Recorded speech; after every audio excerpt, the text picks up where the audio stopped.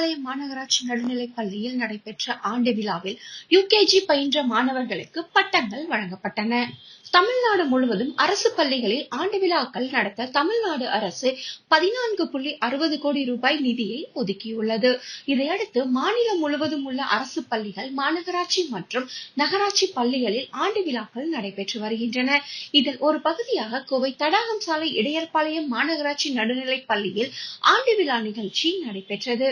இந்நிகழ்ச்சியில் பள்ளியின் தலைமை ஆசிரியர் ஆனந்தலட்சுமி தலைமை வகித்தார். மாமன்ற உறுப்பினர்கள் சம்பத், தமிழ்ச்செல்வன் ஆகியோர் சிறப்பு விருந்தினர்களாக பங்கேற்றனர். மேலும் பள்ளியின் மேலாண்மை குழு உறுப்பினர்கள், ஆசிரியர்கள், பெற்றோர்கள், பொதுமக்கள், மாணவர்கள் ஆகியோர் பங்கேற்றனர். ஆண்டு விழாவை முன்னிட்டு யுகேஜி முடித்த மாணவர்களுக்கு பட்டங்களுடன் பதக்கங்கள் மற்றும் சான்றிதழ்கள் வழங்கப்பட்டது. தொடர்ந்து பள்ளியில் பயிலும் மாணவர்களின் கண்கவர் கலை நிகழ்ச்சிகளும் நடைபெற்றன.